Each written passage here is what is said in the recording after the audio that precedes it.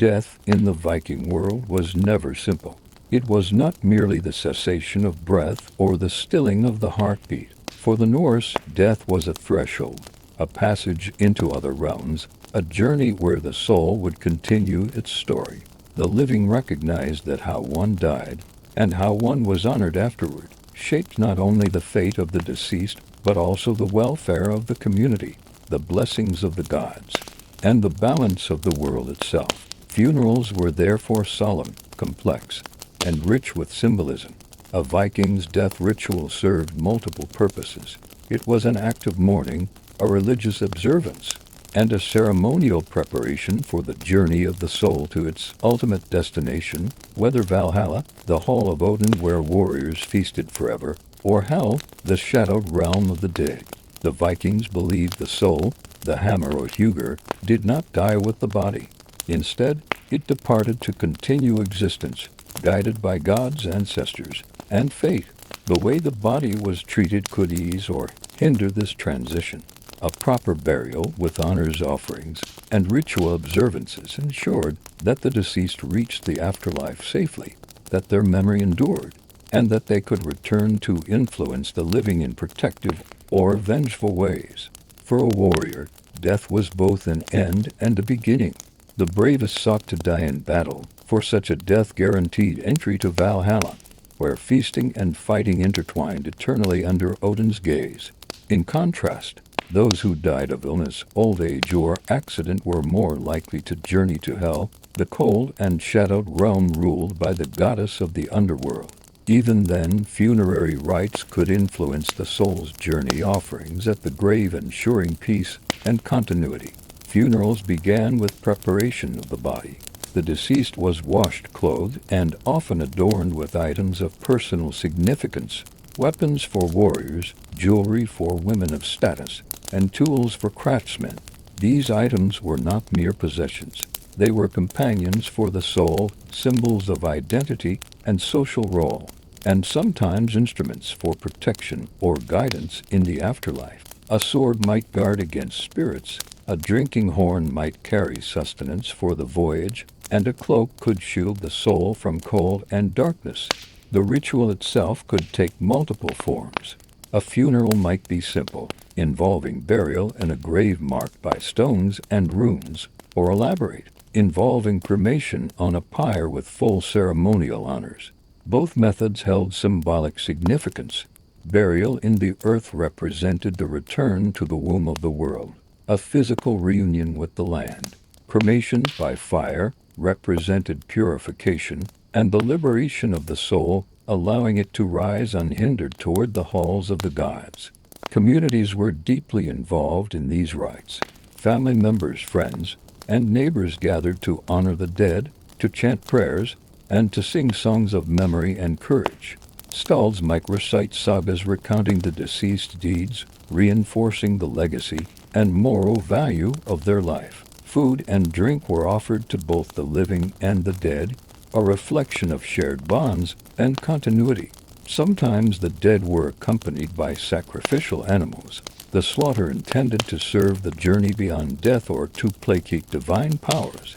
One of the most evocative elements of Viking funerals was the ship burial. For the wealthiest or most heroic individuals, the body was laid in a boat, either on land or afloat, surrounded by treasures, weapons, and sometimes companions, human or animal. The ship symbolized the voyage to the afterlife, a tangible metaphor for crossing from the world of the living to the realm of the gods. Fire might be added, sending the vessel into smoke and sky, a striking visual representation of transition, purification, and honor. Even death in battle carried its own customs. Those who fell in war were sometimes retrieved by fellow warriors for proper burial. If left on the field, they risked dishonor or restless wandering. Tales recount that Odin's Valkyries, celestial maidens of fate, selected the bravest fallen to ride to Valhalla. The living performed rituals to encourage this selection, honoring the dead with offerings and prayers, and securing their own place in the cosmic order. In all these practices, Vikings confronted mortality directly. Death was not hidden or softened. It was acknowledged as a passage, a test, and a continuation. Mourning was public and participatory. Funerals reinforced social bonds, transmitted cultural memory, and mediated the relationship between the living and the dead. They were both practical and deeply spiritual, blending everyday life with cosmic significance. By preparing for death and honoring those who passed, the Norse cultivated a culture where the journey beyond life was visible, tangible, and integrated into the rhythms of society. The funeral became not only a moment of grief but also a bridge, a ritual passage that allowed the living to engage with faith gods and ancestors. In this way, death was inseparable from life, and funerals were both remembrance and preparation for the soul, for the community, and for the eternal narrative of the Viking world. Once a Viking had died, the work of preparation for the afterlife began in earnest. Death was understood as a threshold, a liminal space where the soul lingered briefly before crossing into other realms. The living carried a sacred responsibility to ensure that the deceased's passage was safe, honorable, and aligned with the cosmic order of gods, ancestors, and fate. Every ritual, every object, and every spoken word had meaning, shaping not only the journey of the departed but also the fortune of the family left behind. The first step was the care of the body. Washing the corpse was not simply a matter of hygiene, it was a ritual purification. Water, sometimes from sacred springs or blessed by a Valhalla, cleansed the mortal vessel and prepared it for its transformation. Clothing the dead was equally symbolic. Warriors were clad in armor or ceremonial garments, reflecting both their social status and the life they had led. Women were dressed in their finest attire, often with jewelry and tokens of domestic or magical significance. Items such as knives, tools, or amulets were included, believed to assist the soul in its journey.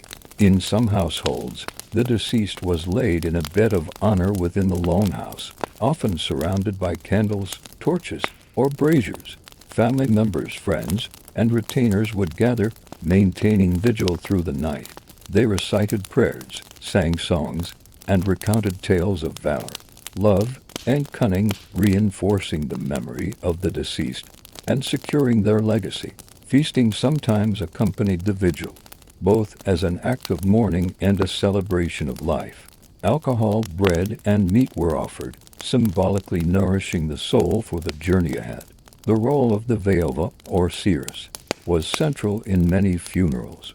She interpreted omens, performed rites to ensure the soul's protection, and guided the family in proper ritual. Through chants, runes, or trance, she might communicate with spirits or the gods themselves, seeking assurances that the departed would reach their intended destination.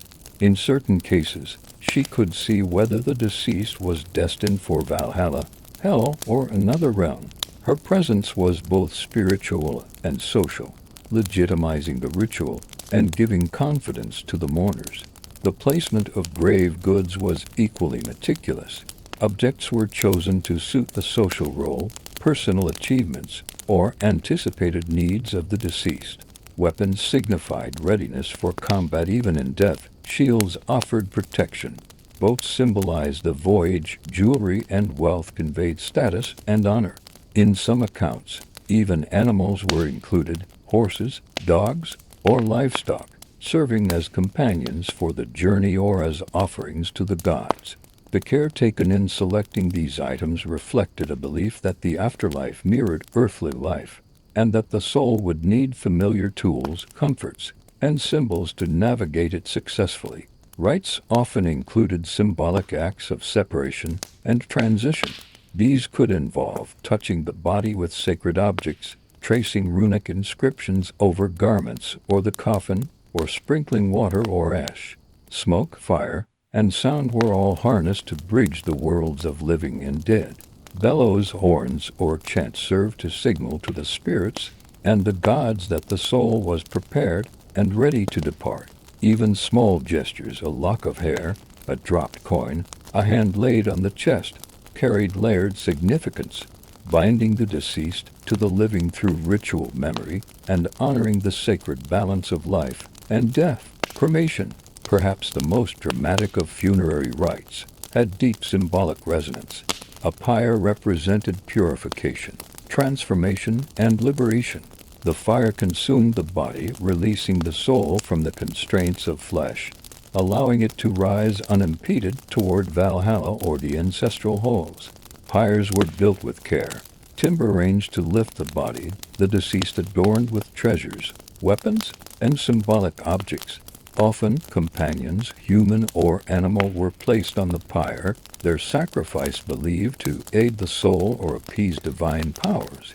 The flames, smoke, and scent of burning offerings filled the night, marking the liminal moment when mortal life yielded to cosmic order.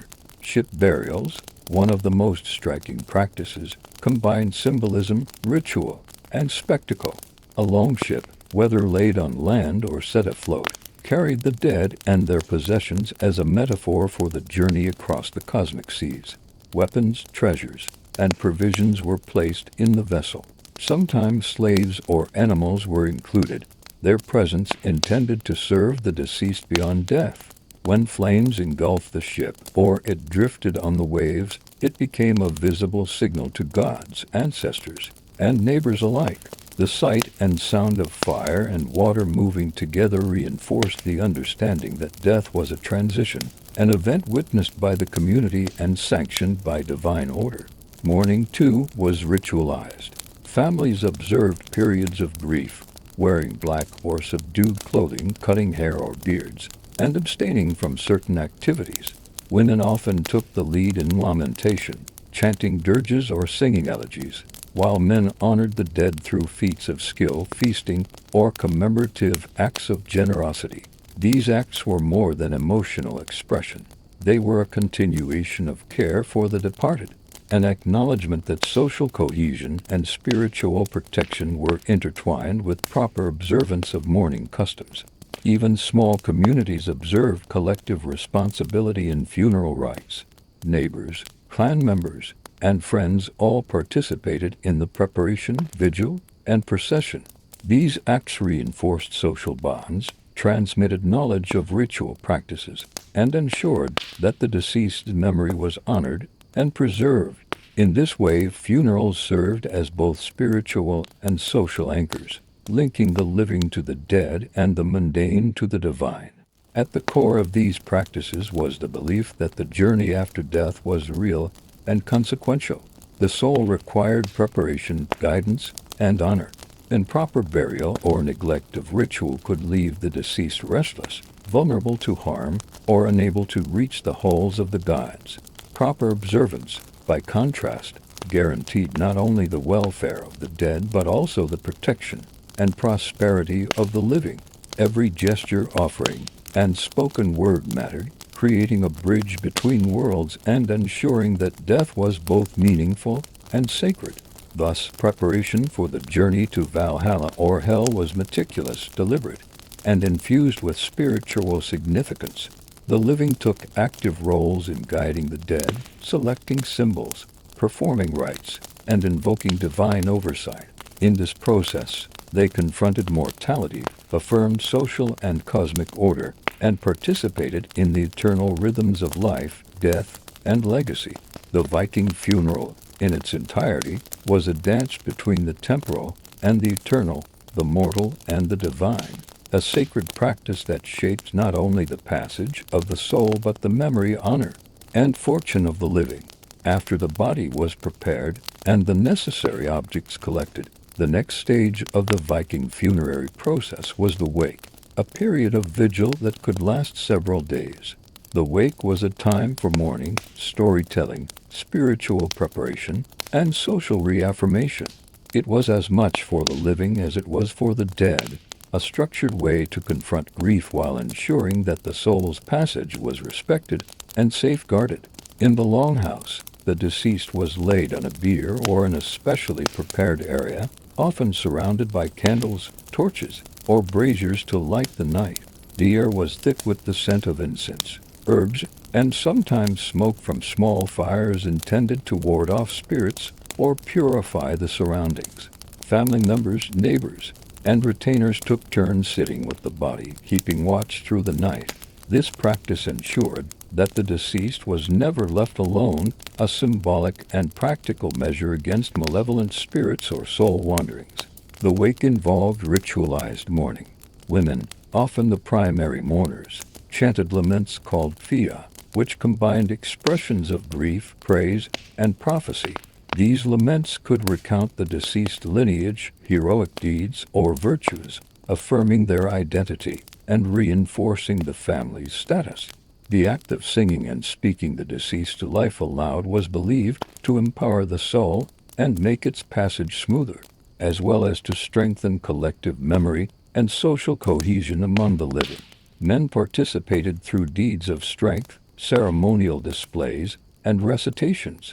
Warriors might perform mock combats, recount victories, or deliver speeches that highlighted the bravery and skill of the deceased. This not only honored the dead but also reminded the community of the ideals they aspired to uphold. The collective activity served to transform grief into action, reinforcing the moral and social fabric of the community even as it acknowledged the fragility of life. Feasting was a central element of the vigil. Food and drink were offered both to the dead and to those who mourned. Large quantities of mead, ale, bread, and meat were prepared, emphasizing abundance, generosity, and respect. Some portions were left deliberately for the deceased or for the spirits, reflecting the belief that the soul could still partake of earthly pleasures. Communal meals during the wake strengthened bonds, allowed for shared storytelling, and provided a structured rhythm that helped mourners manage grief over multiple nights. The wake was also a period of spiritual observation and communication. Seerses, priests, or elders might interpret omens, signs, or dreams that occurred during the vigil. Any unusual phenomena, sudden gusts of wind, flickering lights, the behavior of animals nearby, were examined for messages from the deceased, the gods, or fate itself. Dreams were particularly significant. Family members often reported visions of the deceased guiding them, offering warnings, or demonstrating the path the soul would take. These insights could shape decisions in the days to follow, reinforcing the belief that death was not an end but a continuation in another form. The vigil could involve minor offerings and acts of appeasement, tokens of personal significance, small coins, pieces of jewelry, or objects associated with the deceased's trade were placed near the body. Incantations or short prayers were recited, invoking Odin, Freya, or other deities relevant to the deceased's life and anticipated afterlife. In some cases, animal sacrifices, particularly of livestock, were performed to accompany the soul, though this practice was generally reserved for higher status individuals or those believed to require special assistance in their journey. Sleep and rest for the mourners were structured and ritualized as well. Some family members maintained continuous vigil, while others took shifts. The importance of unbroken attention to the deceased stemmed from the belief that neglect could imperil the soul's journey, inviting wandering spirits, draugr, or other disturbances that could harm the living. Protecting the deceased was both a spiritual obligation and a social responsibility, ensuring harmony and stability within the household and community. During the wake, the boundaries between life and death were acknowledged as permeable. The living often spoke directly to the deceased, seeking guidance or offering reassurances. Children were included in these rituals, learning from an early age the significance of honor, memory, and ritual. By engaging the entire household and community, the wake reinforced the interdependence of generations and the continuity of lineage and cultural knowledge. The final night of the wake often included a climactic ritual, a ceremonial feast, a final lament, or the placement of the body into the ship, pyre, or grave. This was a transitional moment, marking the shift from watching and honoring to sending the soul on its journey. Prayers, incantations, and ritual gestures emphasized both closure and continuity, acknowledging grief while preparing the deceased for the next stage of existence. The wake also provided an opportunity for social negotiation. and affirmation. Estates could be settled, inheritance discussed, and family alliances reaffirmed. In this way, the funeral ritual served multiple roles, honoring the deceased, preparing the soul, managing grief, and maintaining social order. Death, while personal, was inseparable from communal life, and the vigil ensured that both aspects were addressed with care and solemnity. Through these nights of watch, lamentation, and feasting, the Vikings cultivated a profound understanding of death's dual nature. It was both ending and beginning, sorrow and celebration, absence and continued presence. The wake was a liminal space where the living engaged with the dead, where the boundaries between the worlds were acknowledged, and where every act, spoken word, gesture, and offering shaped the fate of the soul and the fortune of the community. By the end of the vigil, the household was spiritually and emotionally prepared for the next stage, the journey to Valhalla, hell, or other realms of the afterlife. The living had performed their duty, and the deceased's passage could now proceed under the gaze of the gods, the guidance of the Norns, and the vigilance of ancestors who watched across the thresholds of existence. In Viking society, death was not only a personal or family matter, it was a communal event. The passage of an individual from life to the afterlife involved the collective participation of the household, extended family, and even the wider settlement. Funerals served as both spiritual and social ceremonies, reinforcing the interconnectedness of people, place, and cosmic order. Every action, from tending the fire to singing laments, carried meaning beyond immediate mourning. The extended family played a central role in guiding the deceased's journey. Elders often directed the preparation, offering knowledge of proper rituals, prayers, and runic inscriptions. Their experience ensured that customs were observed correctly, for mistakes could imperil the soul's passage. Children and younger family members were included in minor roles, carrying torches, assisting in preparing the body, or participating in the laments. In doing so, they learned the sacred knowledge and responsibilities that would one day be theirs, ensuring cultural continuity. Neighbors and retainers contributed materially and spiritually. They assisted in building the pyre, carrying the bier, or transporting the boat for burial. The presence of the wider community signified collective support, honor, and vigilance. It reinforced the idea that death was a shared concern and that the deceased's transition affected not just the immediate family but the balance and fortune of the settlement. Social cohesion and mutual responsibility were strengthened through these acts. Ritual specialists, such as the Valhalla priests or wise elders, guided the community through the ceremonies. Their knowledge of sacred customs, divine expectations, and symbolic interpretation was essential. They performed rites to protect the living, to ensure the safe passage of the dead, and to appease any spirits or deities involved. These specialists acted as intermediaries between the worlds, translating the will of the gods and the norms into actionable rituals for the living. Their presence validated the communal participation and ensured that every gesture had spiritual weight. Sacrificial offerings were often a communal affair. Livestock, food, drink, and crafted goods were shared among participants or dedicated to the gods. These offerings served multiple purposes: to provision the deceased in the afterlife, to honor the gods who governed the journey of the soul, and to reinforce social bonds among the living. When the offerings were made collectively, the act symbolized unity, mutual responsibility, and recognition that the welfare of the deceased and the community were intertwined. The community also observed symbolic gestures of separation and transition. Hearths might be dimmed, weapons laid out, and certain tasks suspended to mark the period of liminality. These pauses in daily life highlighted the gravity of the event and the importance of respecting the boundary between life and death. Children were often reminded not to disturb the rituals, learning that attention to proper behavior maintained cosmic balance and spiritual protection.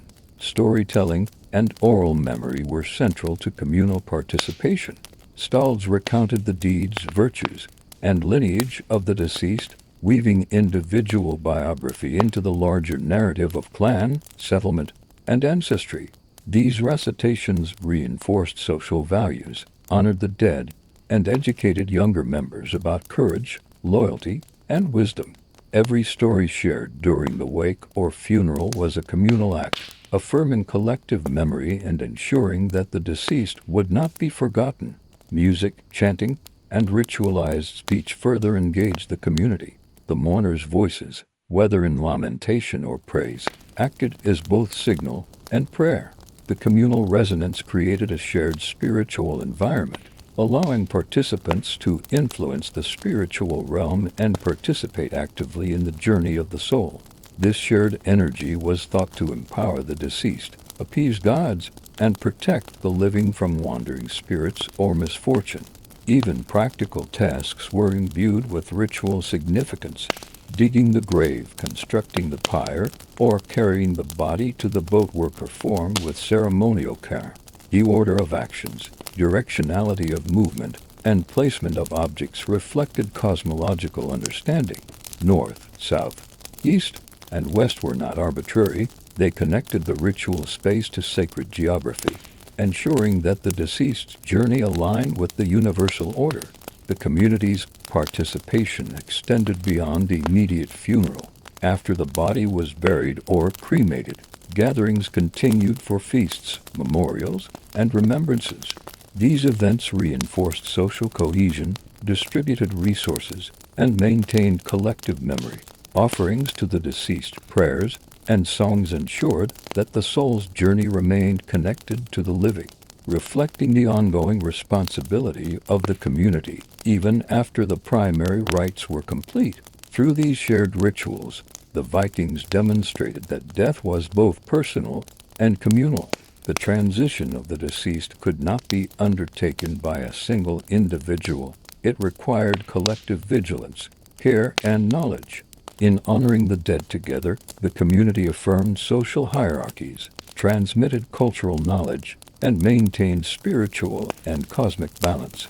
Every act of participation reinforced the understanding that life and death were interconnected, and that the fate of the living and dead was inseparable. In essence, communal involvement in Viking funerals created a network of care, memory, and protection.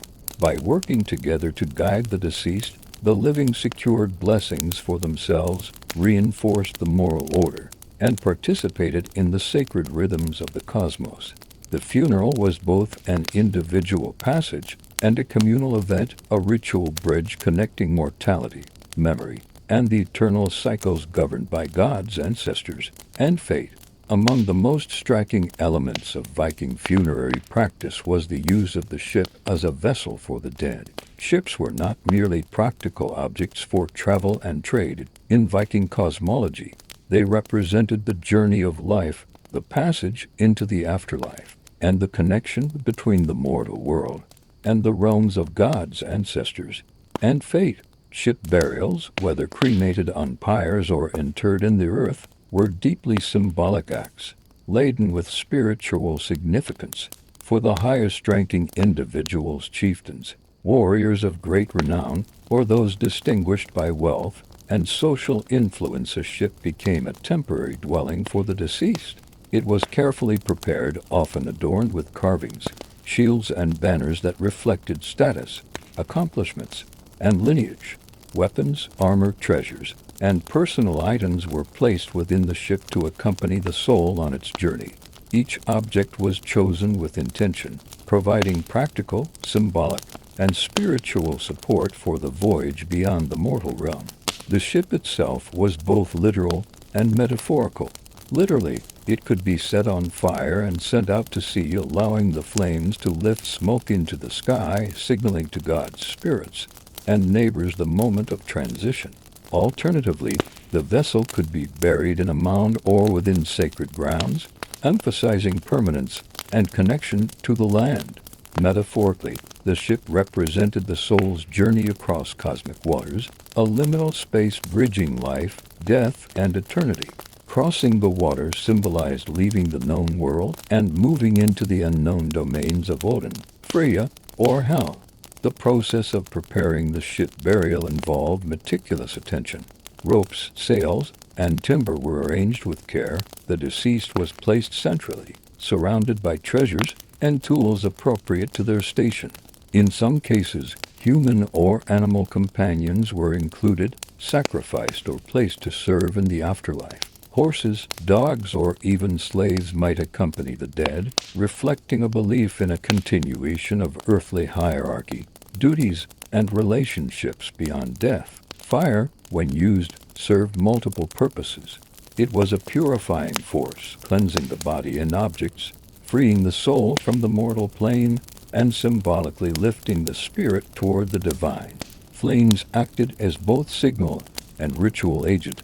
Their light illuminated the transition for the living, while their smoke carried prayers, intentions, and messages upward. The pyre transformed the physical vessel, turning wood and flesh into ash and smoke, a visual metaphor for transformation and liberation. The ship burial also underscored social and cosmic order. Larger vessels, more elaborate goods, and intricate ritual arrangements signified status and honor, reinforcing societal hierarchies even in death. The spectacle served the community as a visible reminder of valor, leadership, and moral duty. The living witnessed the ceremony, internalized its lessons, and ensured that the deceased's memory and social significance persisted. Orientation and placement were critical. Ships were often positioned according to sacred geography aligned with cardinal points or facing important landmarks, ensuring that the soul's voyage adhered to cosmological principles. Items within the ship were arranged deliberately, weapons at the ready, treasures near the hands, provisions for sustenance.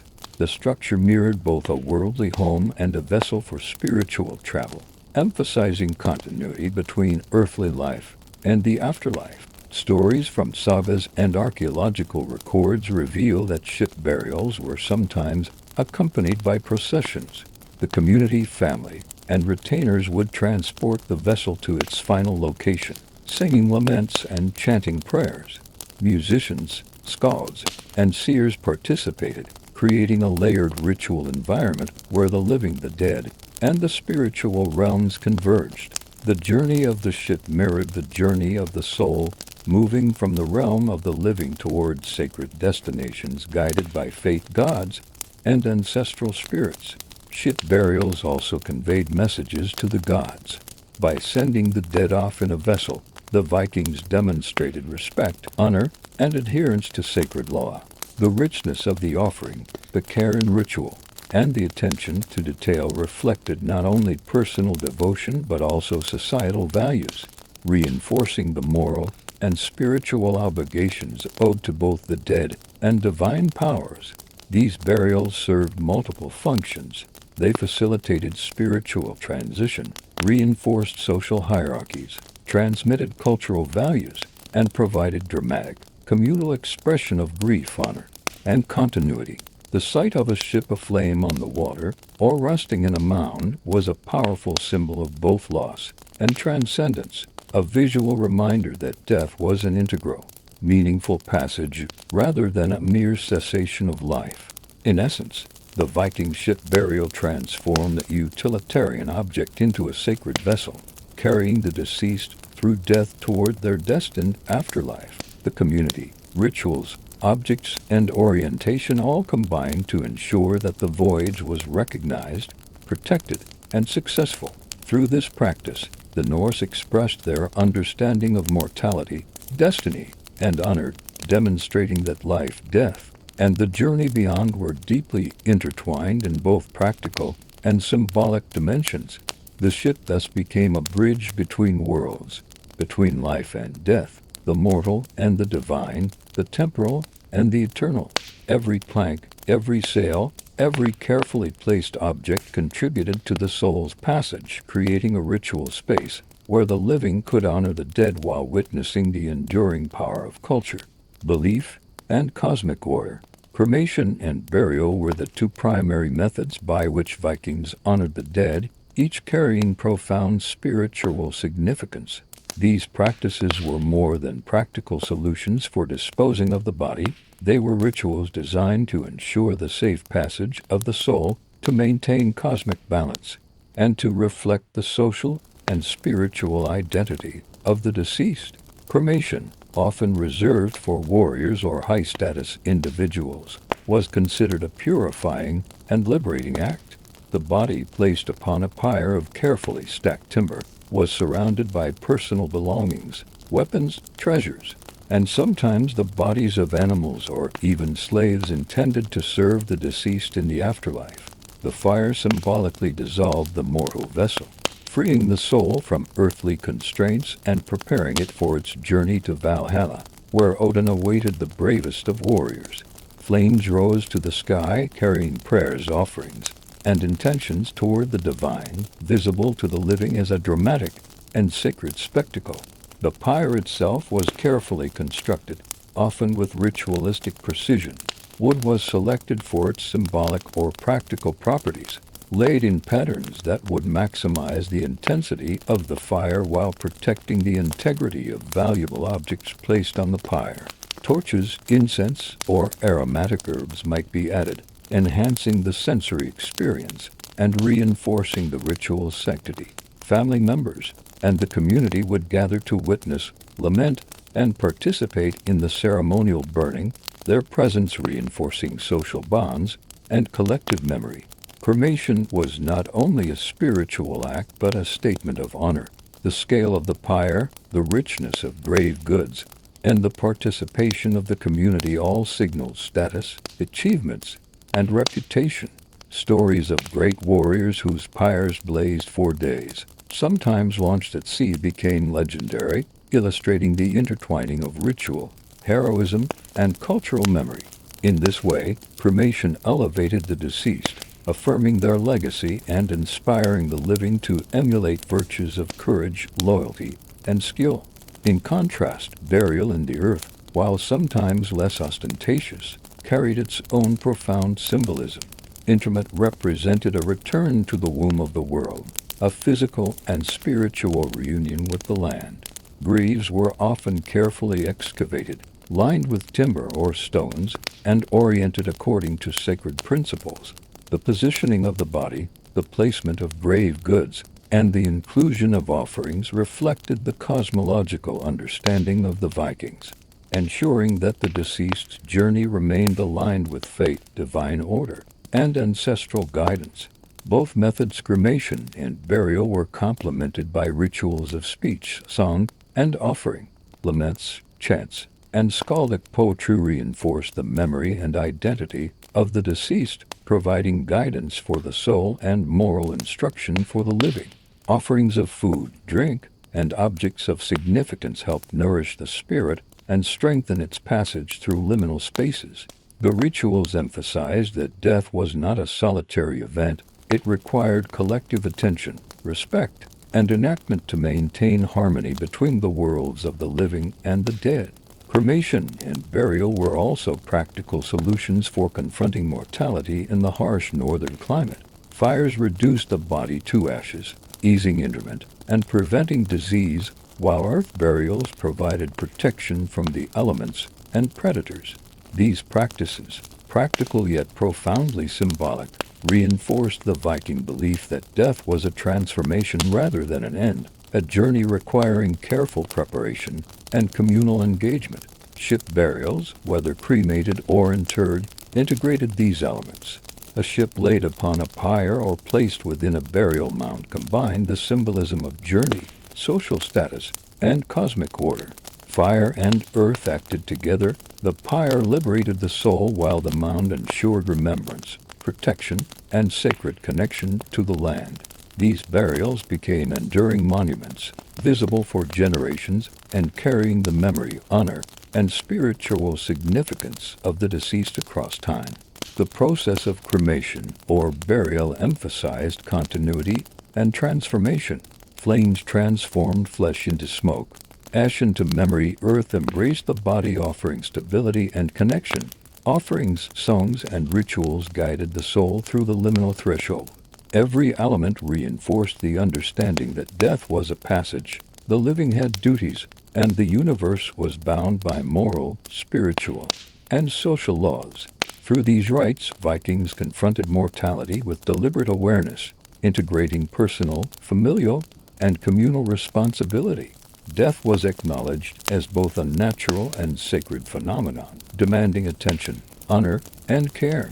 Cremation and burial symbolized liberation and reunion. Fire and earth served as instruments of passage, and ritual actions ensured the soul's continued journey, whether toward Valhalla, hell, or other spiritual realms. Ultimately, the practices of cremation and burial reflected the holistic Viking understanding of life and death, intertwined, communal, sacred, and continuous. They underscored the belief that mortality was not a simple end but a threshold to be navigated with ritual, honor, and awareness, ensuring that the deceased could traverse the afterlife safely and that the living could maintain cosmic and social balance. For many Vikings, the ultimate aspiration in death was entry into Valhalla, the majestic hall of Odin, located in Asgard. Valhalla was more than a mythical reward. It was a spiritual ideal, a symbol of honor, courage, and the eternal continuation of life through heroism. Warriors who died bravely in battle, deemed worthy by the Valkyries, were chosen to dwell in this hall, where feasting, fighting, and preparation for Ragnarok, the prophesied end of the world, continued forever. The conception of Valhalla was inseparable from the Viking understanding of death and honor. To live a courageous life was to secure a place among Odin's chosen, to enjoy endless sustenance, fellowship, and glory. The hall itself was depicted as immense, with roofs adorned with shields, spears, and banners, while the tables groaned under the weight of endless feasts. The warriors' spirits would train by day, engage in ritualized combat to hone their skills, and feast by night, celebrating the valor that had earned them this eternal reward. Valkyries, the divine choosers of the slain, played a central role in the transition to Valhalla. These celestial maidens were believed to ride across battlefields, selecting the most heroic fallen to escort to the hall. The presence of Valkyries ensured that death was not random, but guided by divine will. To be chosen was a sign of both personal merit and cosmic alignment. The brave and honorable were granted eternal life among the gods, while the cowardly or dishonorable faced a different fate, often in hell, the shadowed realm of the dead. The journey to Valhalla began with the funeral rites performed by the living. Ship burials, pyres, and ceremonial observances signaled to Odin and the Valkyries that the deceased had been honored properly, that their soul was prepared, and that they were worthy of selection. Weapons and treasures carried in the burial were not only symbolic of earthly life, but also tools for sustaining the warrior's identity in the afterlife. Meat, bread, and other provisions served to nourish the spirit on its celestial journey. In Valhalla, time was cyclical rather than linear. The warriors experienced perpetual preparation, combat, and feasting, reflecting the Norse view that life and death were intertwined in continuous cycles. The hall was both a reward and a training ground where skill, courage, and honor were maintained for the coming Ragnarok. This eternal activity reinforced the notion that death in battle was not an end but a transformation, a passage from temporal existence into an enduring heroic reality. Entry into Valhalla also reflected societal ideals. The hierarchy within the hall mirrored the social and martial order of the living world. Kings, jarls, and renowned warriors occupied positions of prominence, while others learned from their deeds and valor. The communal feasting and combat fostered relationships, loyalty, and recognition, emphasizing the enduring value of honor, reputation, and social cohesion even beyond mortal life. For those who did not die in battle, the afterlife was conceived differently. Hell, ruled by the goddess of the same name, was a shadowed realm where those who passed from illness, age, or misfortune resided. Though less celebrated than Valhalla, hell was not a place of torment by default. It was a domain of the dead, where souls continued existence in a quieter, reflective, and sometimes somber form. Proper burial offerings and remembrance ensured that these souls were respected. and that they could maintain protective or advisory roles for the living. The interplay between Valhalla and Hell highlights the Norse understanding of fate, morality, and cosmic order. Death was a continuation of existence shaped by conduct, ritual observance, and divine judgment. Funerary practices, therefore, were not arbitrary but essential. They communicated social values, spiritual readiness, and alignment with the forces governing life and death. By preparing the deceased properly, the living ensured that souls reached their intended destinations, maintaining harmony between the mortal and divine realms. Even among those not destined for Valhalla, the memory of the dead was perpetuated through ritual, story, and song. The skaldic tradition celebrated valor, wisdom, and lineage, providing a narrative immortality that paralleled the physical journey of the soul. The living kept the dead present in communal memory, reinforcing ethical models, moral expectations, and social bonds.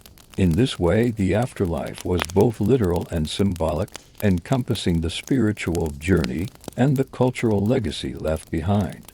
Viking beliefs about Valhalla shaped not only the funeral rites, but also the very conduct of life. Courage in battle, honor in leadership, loyalty to kin, and adherence to cultural norms were not merely practical virtues but spiritual imperatives. The promise of Valhalla acted as both a reward and a guiding principle, influencing behavior, social relationships, and the moral framework of the Norse world.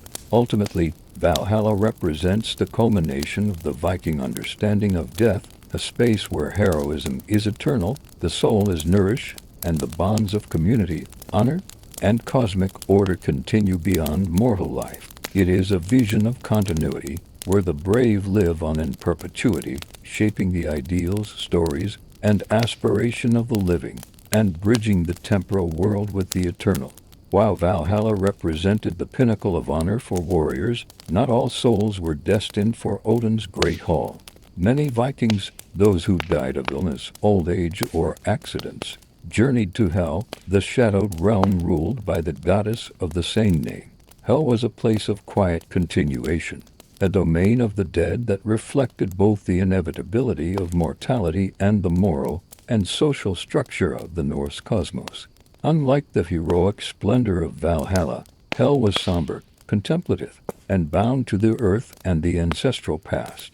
The Norse understood that death was universal, and Hell was a necessary part of the afterlife. It was not necessarily a place of punishment, but rather a realm where souls existed removed from the valorous fame of the living. Proper funerary rites, offerings, and remembrance by the living were essential to ensure that the deceased's journey to Hell was peaceful. Neglect, improper burial, or disregard for ritual could result in unrest, wandering spirits, or even malevolent influence on the living. Thus, the care provided during life and death had consequences both in the earthly and spiritual realms. Hell was envisioned as a vast, shadowed expanse, often described as cold, misty, and dimly lit, reflecting the transition from life's warm to the somber realm of mortality. The goddess Hel, daughter of Loki, presided with authority, ensuring that souls were maintained in balance and that the natural order of life and death was preserved. Her domain was not violent or chaotic like the battlefield, but orderly in its own way, providing a resting place for those whose deeds had not earned them heroic elevation but whose passage was nonetheless respected. The journey to Hell required guidance and protection, just as a voyage to Valhalla did. Funerary practices, including the careful preparation of the body, offerings of food and drink, the placement of personal items, and the observance of mourning rituals served to equip the soul for travel through liminal space. Boats, symbolic crossings, and pyres were sometimes used to facilitate this journey, emphasizing the continuity of ritual and belief across different afterlife destinations. Stories and sagas often recount encounters with Hell or her inhabitants. In some, the deceased communicate with the living through dreams, omens, or ritual contact, offering advice, warnings, or guidance. These interactions underscore the belief that death does not sever connection completely, The living and dead remain entwined in a network of obligations, memory, and cosmic balance. The deceased in hell could protect, influence, or even admonish those left behind, making remembrance and ritual not only spiritual but practical and moral. The treatment of the body influenced the soul's journey to hell. Earth burials, where the corpse was interred with care, provided stability, protection, and a symbolic reunion with the land. Grave goods offered sustenance, identity, and tools for navigating the spiritual realm. Even the simplest burial reflected a careful consideration of the deceased's path, reinforcing the Norse belief that the living had duties to guide the dead and maintain cosmic equilibrium. The cultural importance of hell extended into the ethics and values of Viking society. Life was understood as fragile, honor as essential, and death as inevitable. Hell reminded the living that courage, honor, and preparation mattered, not only for the possibility of Valhalla but for a peaceful and respected passage in general. Those who lived without recklessness, who observed societal norms and moral obligations, ensured that even in hell their existence was dignified and their memory maintained.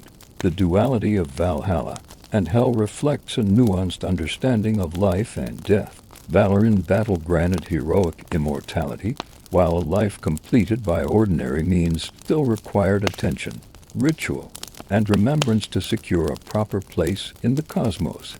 This duality reinforced societal cohesion. All deaths mattered, all lives had consequences, and the community had responsibility for guiding souls appropriately. In art, poetry, and oral tradition, hell's presence was ever visible.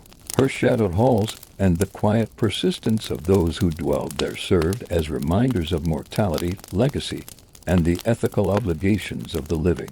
Unlike the boisterous glory of Valhalla, hell was meditative, emphasizing the moral, spiritual, and social aspects of the afterlife. The realm's significance lay in its role as a counterbalance, ensuring that death was comprehensive and that every soul, whether heroic or ordinary, was acknowledged within the Norse cosmology.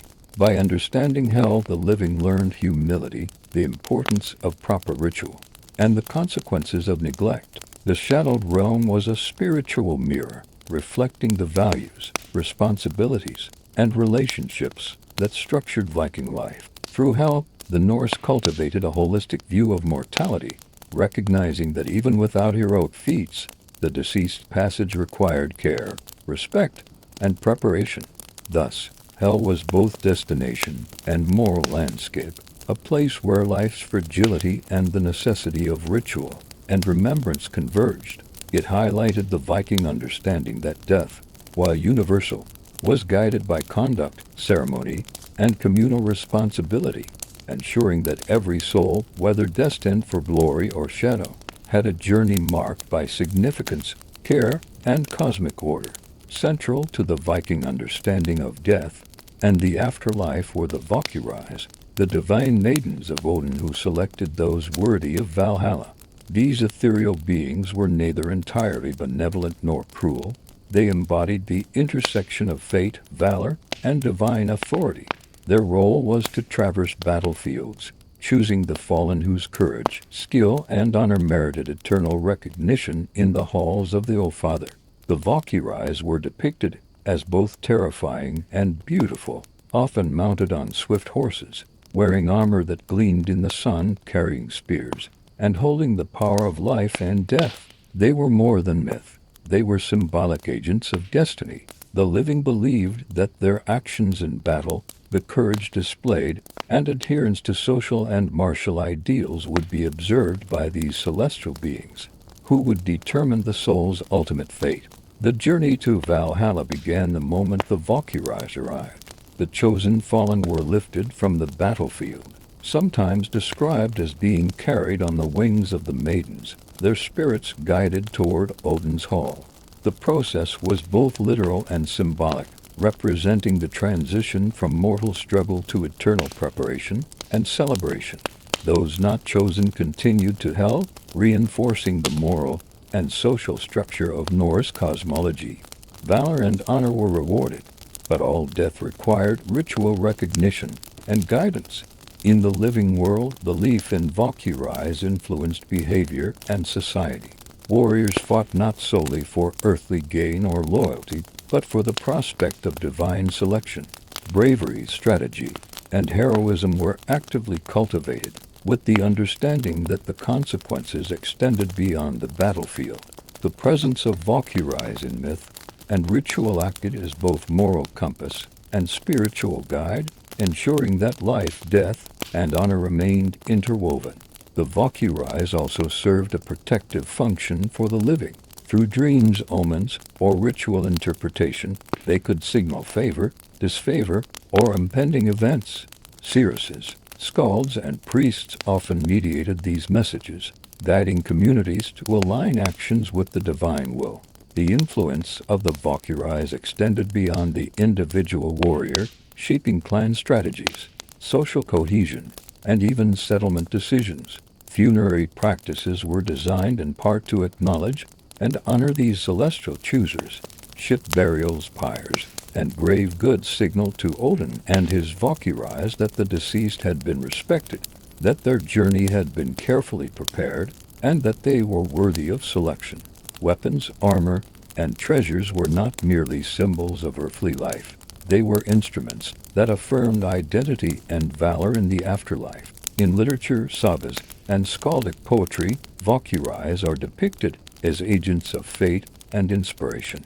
They are sometimes merciful, sometimes stern, but always just within the cosmic framework. Their appearances in dreams or visions were interpreted as guidance, warning, or affirmation of destiny. The living, aware of their power, structured both action and ritual around the knowledge that the Valkyries observed mortal deeds and determined eternal outcomes. The concept of the Valkyries reinforced the duality of Norse afterlife destinations. Valor in life and death secured a place in Valhalla, while failure to achieve heroic standards, whether through cowardice, inaction, or dishonor, often meant descent into hell. This structure emphasized that morality, courage, and social responsibility had cosmic consequences, making the rituals of preparation, remembrance, and honor not merely symbolic but practically essential. Even those who never faced battle directly were influenced by Valkyria mythology.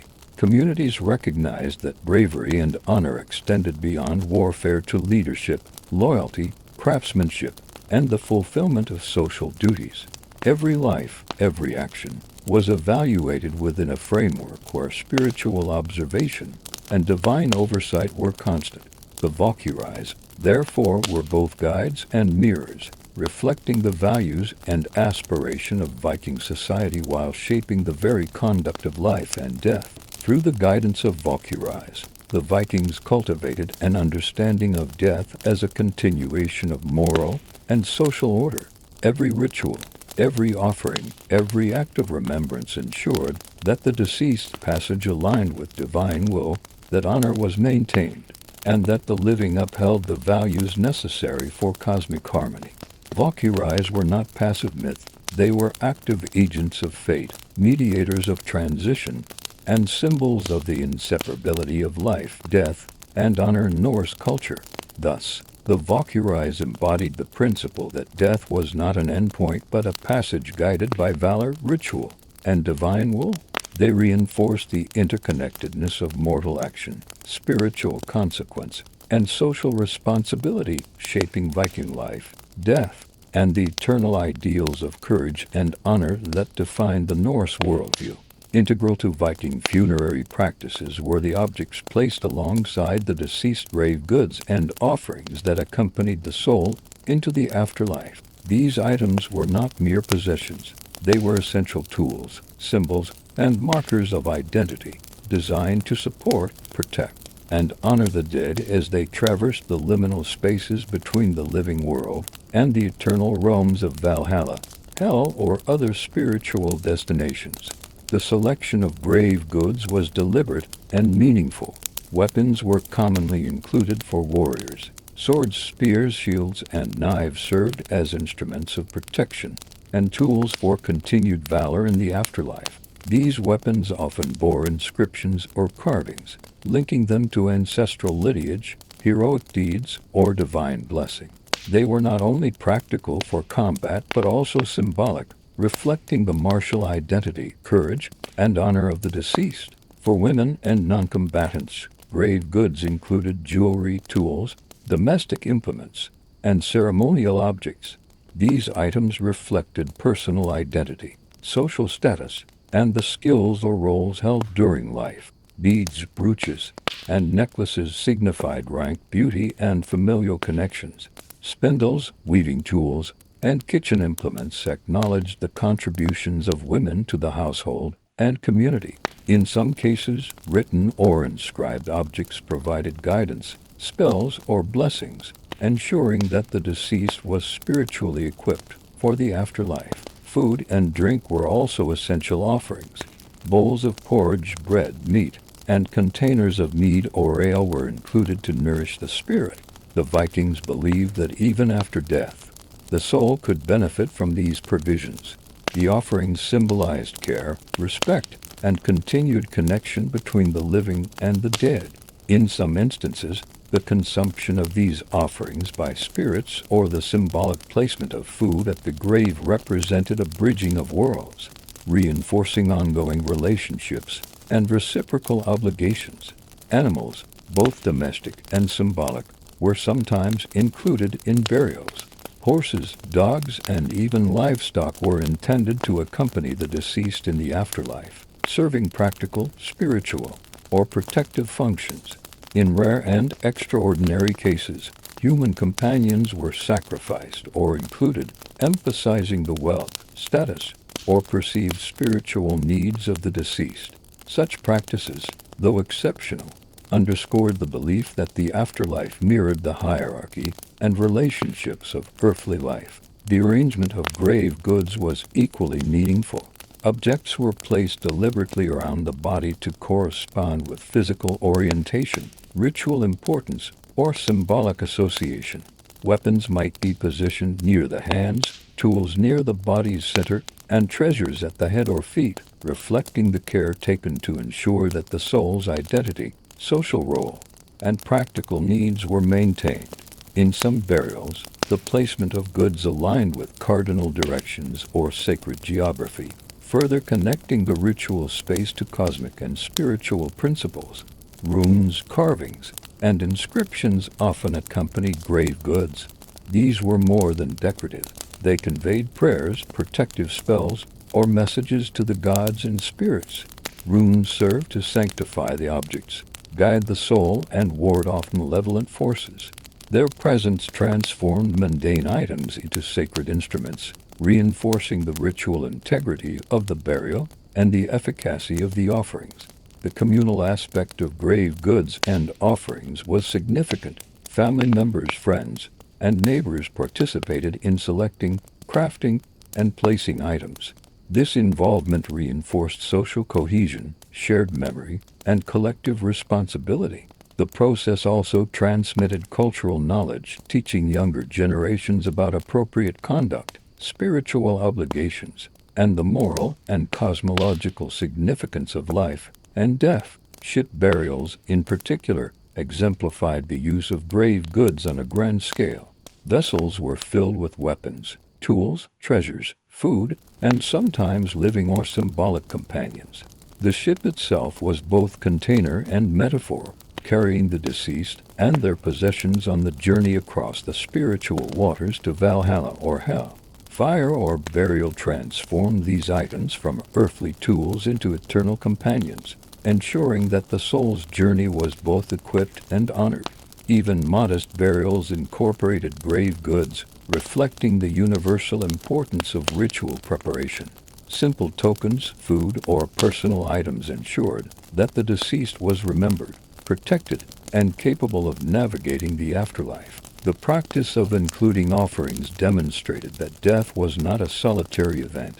It required deliberate action by the living to facilitate the soul's passage and maintain balance between the mortal and spiritual worlds. Ultimately, grave goods and offerings reflected the holistic Viking understanding of death. They acknowledged identity, status, and social role while providing practical and spiritual support for the journey beyond. They reinforced relationships, honored memory, and ensured that the deceased's transition adhered to cosmic, moral, and social principles. Through these objects, the living participated actively in shaping the fate of the departed, bridging worlds, and affirming the continuity of life, legacy, and cultural values. Among the most profound aspects of Viking funerals was the role of spoken and sung expression. Laments, songs, and skaldic poetry served not merely as entertainment or ritual filler, but as essential conduits for honoring the dead, guiding the soul, and reinforcing social, moral, and spiritual values. Through these verbal arts, the living shaped the memory, identity, and cosmic passage of the deceased. Laments, or di, were performed primarily by women, often the close family of the deceased. These vocal expressions combine grief, praise, and storytelling. A lament could recount heroic deeds, familial lineage, and virtues, reinforcing the social and moral identity of the departed. The act of vocalizing grief in a structured, ceremonial manner was believed to empower the soul, making the transition smoother and ensuring that the dead were not forgotten. Each word, intonation, and pause carried weight. The lament itself was a ritual act, as vital as offerings or pyres. Men participated in these expressions through skaldic poetry, composed by professional poets or learned elders. Skalds crafted intricate verse that recounted the life, valor, and deeds of the deceased, connecting individual biography to wider mythological and societal narratives.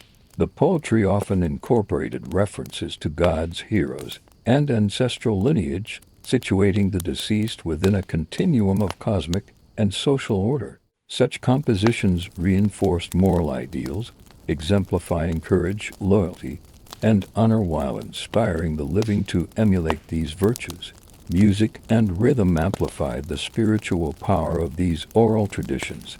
Instruments, such as the lyre or horn, could accompany the recitations, adding resonance and ceremonial intensity. Chanting, call and response structures, or synchronized movements created a communal energy, binding the living together in shared expression and directing spiritual focus toward the deceased.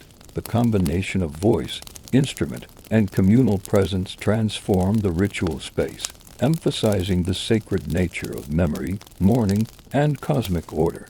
Laments and poetry were also vehicles for negotiation with the divine.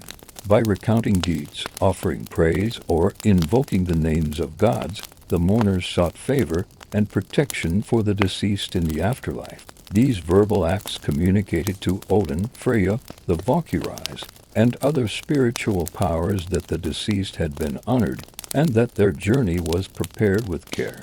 This reinforced the interconnectedness of ritual action, divine observation, and cosmic justice. Storytelling intertwined with mourning, as sagas and accounts of ancestral deeds were cited. Through narrative, the deceased was placed in the broader tapestry of community and myth. Tales of valor, cunning, and wisdom served as ethical guides for the living while celebrating the life of the departed. These stories ensured continuity.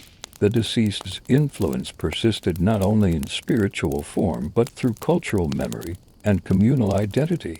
The oral expression during funerals also served psychological and social purposes.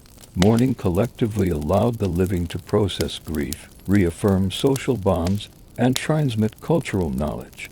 Children and younger community members absorbed ethical, spiritual, and historical lessons, learning to navigate life, death, and honor within the cultural framework. By participating in laments and poetry, the community actively engaged in shaping both memory and moral instruction. Skaldic poetry in particular emphasized social and cosmic hierarchy. References to ancestral heroes, gods, and sacred landscapes placed the deceased within a structured worldview, aligning individual fate with broader cosmological principles. These poems celebrated achievements, valorized behavior, and established benchmarks of honor and reputation. In effect, poetry functioned as a living record, ensuring that deeds were recognized, remembered, and emulated across generations. In addition to the oral tradition, ritualized gestures often accompanied song and poetry. Hands might be placed on the bier, offerings raised or sprinkled, or symbolic movements enacted. These gestures reinforced the verbal act, combining physical, vocal, and spiritual expression into a cohesive ritual that addressed the needs of both the deceased and the living. Through laments, songs, and skaldic poetry, Vikings created a bridge between the mortal world and the afterlife.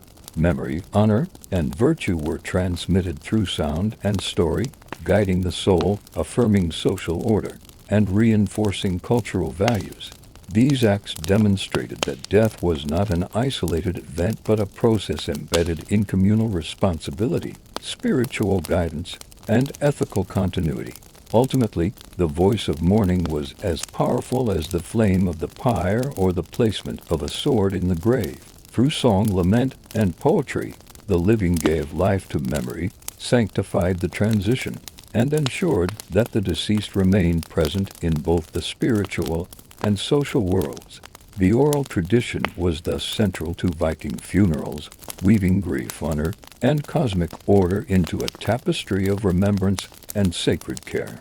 Funerals among the Vikings were as much about the living as they were about the dead. Central to the ritual process was the act of communal feasting, a multifaceted practice that honored the deceased, reinforced social bonds, and facilitated the spiritual journey of the soul. These gatherings were deeply symbolic, blending sustenance, memory, and ritual in a way that connected life and death. Feasting began during the wake, a period of vigil where family, friends, and neighbors kept watch over the deceased. Large quantities of food and drink were prepared, often including bread, porridge, roasted meats, and copious amounts of ale or mead. Portions were sometimes placed beside the body or on the bier as offerings, signaling respect and providing nourishment for the soul on its journey. The shared consumption of food also served to unify the mourners, creating a rhythm and structure for grief and reflection. The act of feasting symbolized abundance, generosity, and continuity. By providing sustenance, the living acknowledged the deceased's contributions to the household or community and expressed gratitude for their life. Food and drink were not merely practical. They represented the provision of spiritual and social support, linking the realms of the living and the dead. The communal table became a liminal space where both memory and ritual intersected, allowing mourners to engage actively in the passage of the soul. During these feasts, storytelling, music, and recitation of skaldic poetry often accompanied the meals. The retelling of heroic deeds, genealogies, and personal virtues served multiple purposes. It honored the deceased, reinforced cultural values, and provided guidance for the living. Each story, song, or lament embedded the memory of the departed within the collective consciousness, ensuring that their identity and accomplishments persisted beyond death. Feasting also had a protective and apotropaic function. The abundance of food, the energy of communal participation, and the presence of ritual actions were believed to stabilize spiritual boundaries, preventing malevolent forces or restless spirits from troubling the living. In some cases, specific offerings, such as a portion of meat or drink set aside for the deceased, acted as a bridge between worlds, sustaining the soul and reinforcing reciprocal obligations between the living and the dead. The duration and scale of feasting varied according to social status, wealth, and local customs. Chieftains and higher-ranking warriors might have feasts lasting several days, attended by numerous participants, while modest households observed briefer gatherings with smaller offerings. Regardless of scale, the essential purpose remained the same: to honor the dead, strengthen social cohesion, and participate actively in the spiritual transition. Special rituals and toasts during the feast emphasized memory and spiritual connection. Participants raised horns or cups, invoking the names of the deceased gods or ancestors, expressing wishes for protection, guidance, or eternal sustenance. The communal act of drinking in honor of the departed created a tangible bond between life and death, integrating memory, ritual, and social obligation. These toasts, repeated over days, ensured that the deceased's passage was supported by ongoing communal attention. Feasting also reinforced ethical and social norms. Through participation in memorial meals, the living demonstrated respect, loyalty, and care for kin and neighbors. Younger generations observed proper behavior, learned the appropriate ways to honor the dead, and absorbed the moral lessons embedded in stories and songs. In this sense, the funeral feast was not merely a temporary indulgence but a formative experience shaping the ethical, social, and spiritual framework of the community. The combination of food, song, ritual, and storytelling transformed mourning into an active, communal process. Grief was expressed and managed, social hierarchies and relationships were reaffirmed, and the spiritual welfare of the deceased was attended to. The living took responsibility for memory, honor, and guidance, ensuring that death was both acknowledged and integrated into the ongoing life of the community. In essence, the Viking funeral feast was a dynamic ritual that wove together nourishment, memory, and cosmic concern. Through the shared experience of food and ritual, the living reinforced the social and spiritual bonds that connected them to the deceased, celebrated continuity and legacy, and actively participated in the safe passage of the soul. Feasting exemplified the understanding that death was not merely an end but a bridge between worlds, sustained by attention, honor, and communal care. Grief among the Vikings was both deeply personal and profoundly communal. Mourning practices were integral to funerals, serving to honor the deceased, guide their soul, and reinforce societal cohesion. Far from being a private affair, mourning involved structured rituals, physical expression, and symbolic acts that reflected cultural beliefs about life, death, and the afterlife. Immediately following death, family members entered a period of heightened ritual attention. The body was washed, anointed, and clothed in garments appropriate to status, age, and gender. For warriors, armor or weapons were included. For women, personal adornments and domestic tools signified identity and skill. These preparations were not merely practical but deeply symbolic, demonstrating respect and providing the soul with a proper vessel for its journey. Expressions of grief were elaborate and ritualized. Women often sang laments, wept openly, or beat their chests to manifest sorrow. These actions were not only emotional outlets, but also spiritual interventions. Loud and visible grief was thought to assist the soul's passage, signaling to the gods and to spirits that the deceased had been properly honored. Men, too, participated in mourning through ceremonial gestures, storytelling, or ritualized expressions of respect, reflecting the community's shared responsibility. Physical symbols of mourning were common. Blackened or altered garments, temporary veiling, and symbolic marking of the household demonstrated that death had occurred and that ritual obligations were in effect. These visual cues reinforced social awareness, ensuring that all members of the community recognized the transitional period and participated appropriately in spiritual care. Funeral processions were key elements of mourning. The transport of the body to the burial site or pyre was often accompanied by music, chants, and ritual speech.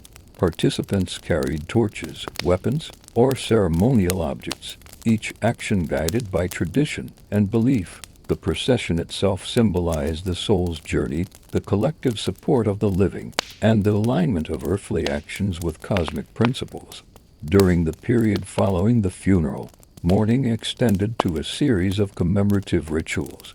Wakes, memorial feasts, and repeated offerings maintained attention to the deceased's passage. Family members would visit graves, leave food or drink, or recite prayers and laments. These acts ensured that the soul remained nourished and protected, preventing restless spirits or spiritual imbalance. Mourning was ongoing, reflecting the Norse belief that death was a process requiring sustained attention rather than a singular event. Dreams and visions were interpreted as messages from the deceased or the divine. The living might seek guidance from these experiences, using ritual interpretation or consulting seers. This interaction underscored the permeability of the boundary between life and death. The deceased were not entirely gone, and proper ritual could facilitate communication, protection, and moral instruction. The ethics of mourning were also emphasized. Excessive neglect or disrespect toward the deceased could provoke spiritual harm or social censure. Communities enforced norms surrounding mourning, ensuring that families performed their obligations and that rituals adhered to traditional standards. These expectations reinforced social cohesion and the moral order, linking personal grief to communal responsibility. Ritualized acts of grief included symbolic gestures, such as breaking a weapon, casting a personal item into the fire, or performing ceremonial cleansings. These acts represented the release of attachment, the continuity of honor, and the spiritual preparation of both the deceased and the living. Mourning rituals thus blended emotional, practical, and spiritual dimensions into a cohesive framework. In summary, mourning practices in Viking culture were complex, structured, and multifaceted. They encompassed physical gestures, verbal expression, ceremonial attention, and ongoing remembrance. By guiding the soul, honoring identity, and reinforcing communal bonds, these rituals ensured that death was integrated into social and cosmic order. Grief was transformed into ritual action, sustaining the connection between life and afterlife, the living and the dead, the individual and the community. Viking funerals often took place in designated sacred spaces, where the living could honor the dead, conduct rituals, and ensure the proper transition of the soul. Among the most enduring symbols of these rites were burial mounds, monumental earthworks that served as both spiritual markers and physical anchors for memory, lineage, and cultural identity. Burial mounds, or hogger, were carefully constructed over graves, ship burials, or cremated remains. The size, shape, and complexity of a mound reflected the social status and achievements of the deceased. Chieftains, renowned warriors, and prominent community members were often commemorated with larger, more elaborate mounds, while commoners might receive smaller, modest constructions. Regardless of scale, these earthworks functioned as sacred landmarks, connecting the deceased to the land and asserting their presence in the collective memory of the community. The placement of burial mounds was highly symbolic. Mounds were often situated near waterways, hilltops, or visible approaches to settlements, linking the deceased with sacred geography. Orientation mattered. Graves might face cardinal directions, sacred landmarks, or celestial points, aligning the soul's journey with cosmic principles and the natural order. Such attention ensured that the deceased's passage was harmonized with both spiritual and worldly realms. Construction of a mound was a communal act involving family members, neighbors, and retainers. The process reinforced social cohesion and collective responsibility as participants shared labor, ritual, and ceremonial observances. Stones, timber, and earth were arranged with ritual precision, sometimes accompanied by the placement of grave goods, weapons, or offerings. Each layer of the mound symbolized both protection and guidance, preparing the deceased for the afterlife while demonstrating the living's respect and care. Mounds also served a ritual and mnemonic function. They acted as focal points for ceremonies, feasts, and commemorations long after the initial burial. Annual rituals, offerings, or visits allowed descendants and community members to maintain spiritual and social connections with the deceased. These practices reinforced ancestral reverence, lineage continuity, and the ethical obligations of kinship. The mound became a tangible representation of memory, honor, and cultural continuity. Ship burials were often integrated into mound construction. A vessel containing the deceased and grave goods could be interred beneath an earthen mound, combining symbolic and physical layers of ritual. The mound preserved the vessel while emphasizing the sacred nature of the site, creating a monumental marker that bridged the earthly and spiritual realms. Fire, earth, and construction together ensured that the deceased's journey was both protected and commemorated. Sacred spaces extended beyond mounds. Some burials occurred in cemeteries, near temples, or in natural sites considered holy. These locations reinforced the connection between ritual, the divine, and the land.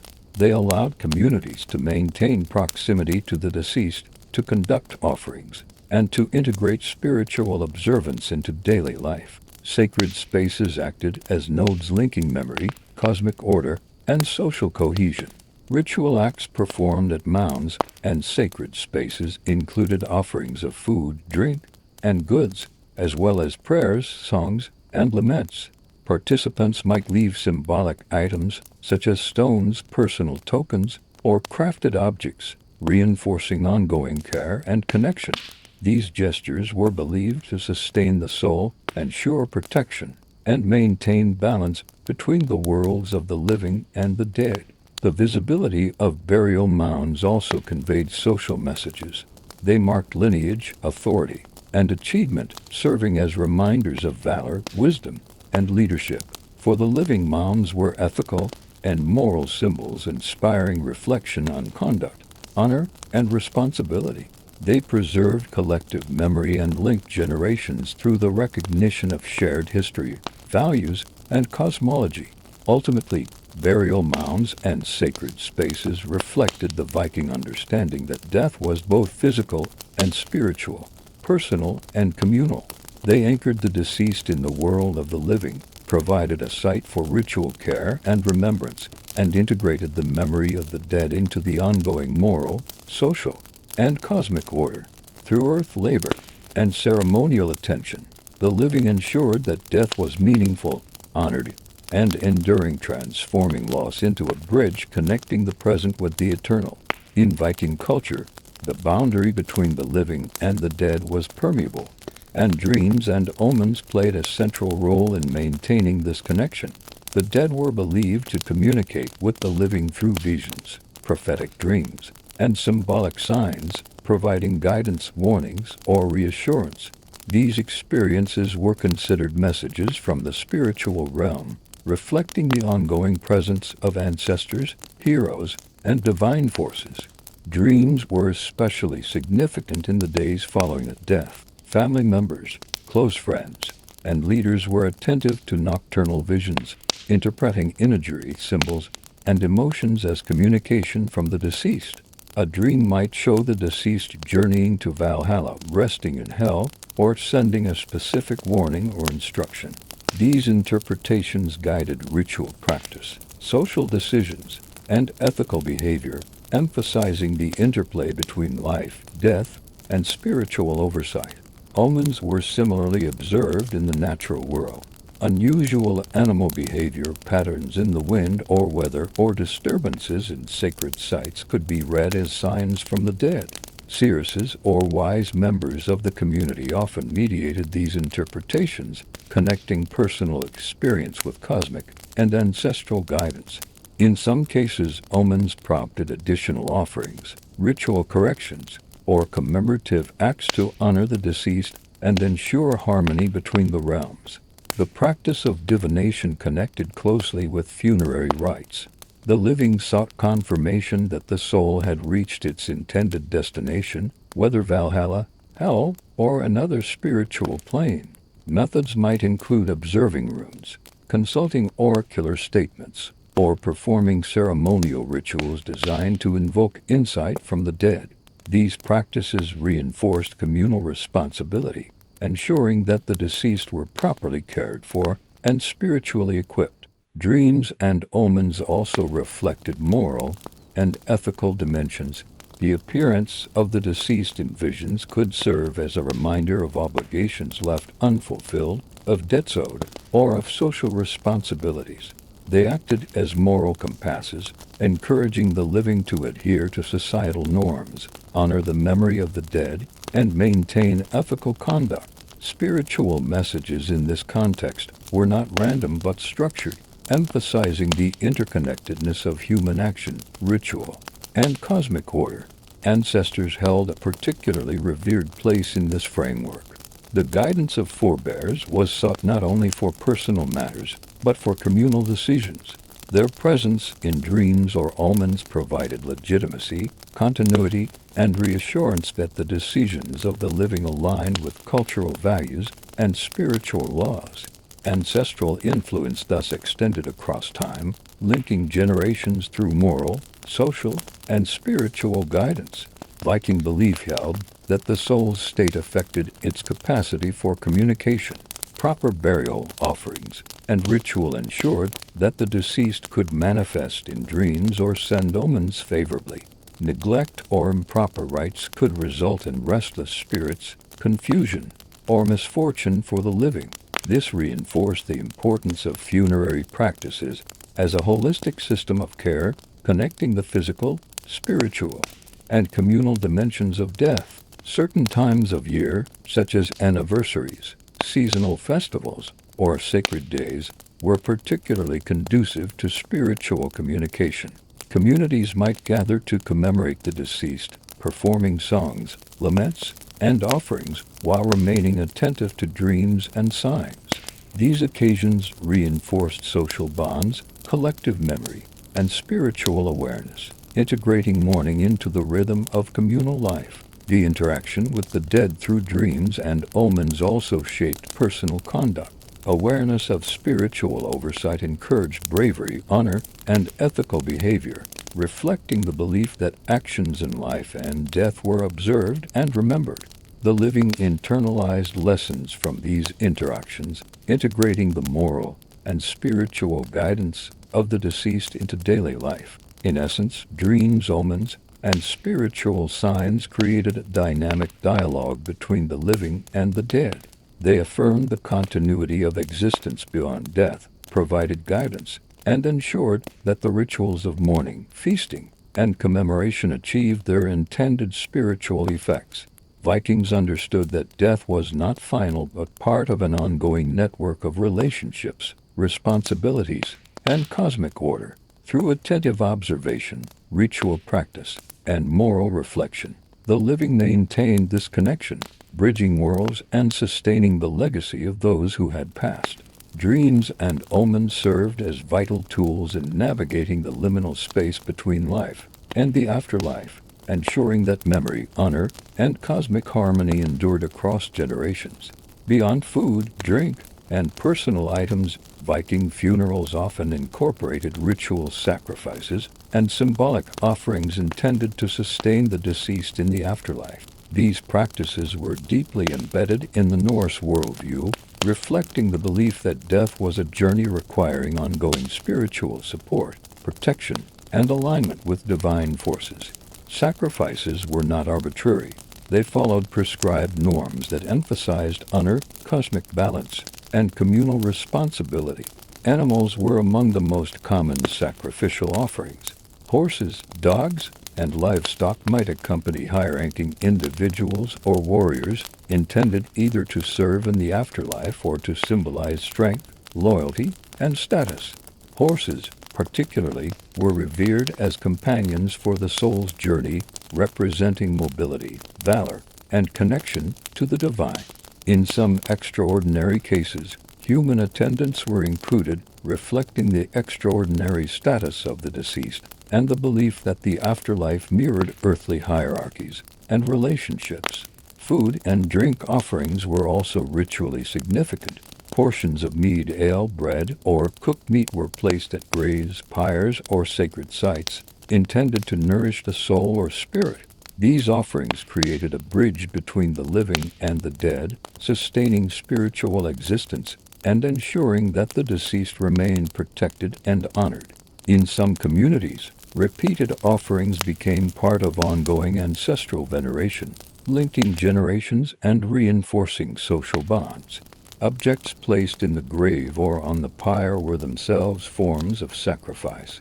Weapons, tools, jewelry, and treasures were devoted entirely to the deceased, symbolizing the relinquishing of worldly attachments and the transference of value into the spiritual realm. By giving these possessions, the living demonstrated honor, loyalty, and communal responsibility, ensuring that the deceased was fully equipped for the journey beyond.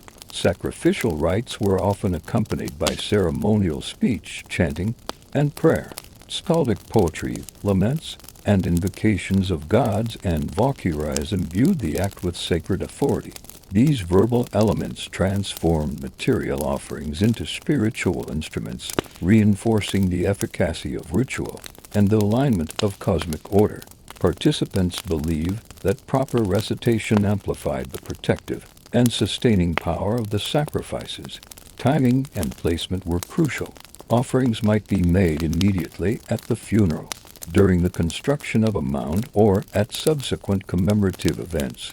Certain seasons, festivals, or anniversaries were considered especially potent for sustaining spiritual bonds, allowing the living to maintain care, honor, and attention for the deceased over time. These repeated acts ensured that the soul remained nourished and that social and cosmic responsibilities were fulfilled. Sacrifices also had moral and ethical dimensions. By performing the proper rites, the living demonstrated fidelity to ancestors, adherence to societal norms, and recognition of cosmic principles. Failure to conduct appropriate offerings could result in spiritual unrest, misfortune, or perceived displeasure from gods or the deceased. Ritual sacrifices were therefore both spiritual obligations and ethical imperatives, linking the care of the dead to the welfare of the living community. In some accounts, offerings were accompanied by symbolic acts intended to strengthen the soul's journey. Fire might purify and release the spirit, water could serve as a medium of transition, and earth provided grounding and protection. Combined with food, drink, and material goods, these symbolic elements created a comprehensive system of support, ensuring that the deceased's passage was safe, honored, and aligned with divine expectations. Sacrifices also reinforced social hierarchy and memory. The scale, richness, and variety of offerings signaled the status, wealth, and achievements of the deceased. Communities recognized these distinctions, allowing memory, honor, and lineage to be transmitted visually and ritually. High-ranking burials with abundant offerings became cultural touchstones, inspiring future generations and setting standards for valor, conduct, and ritual care.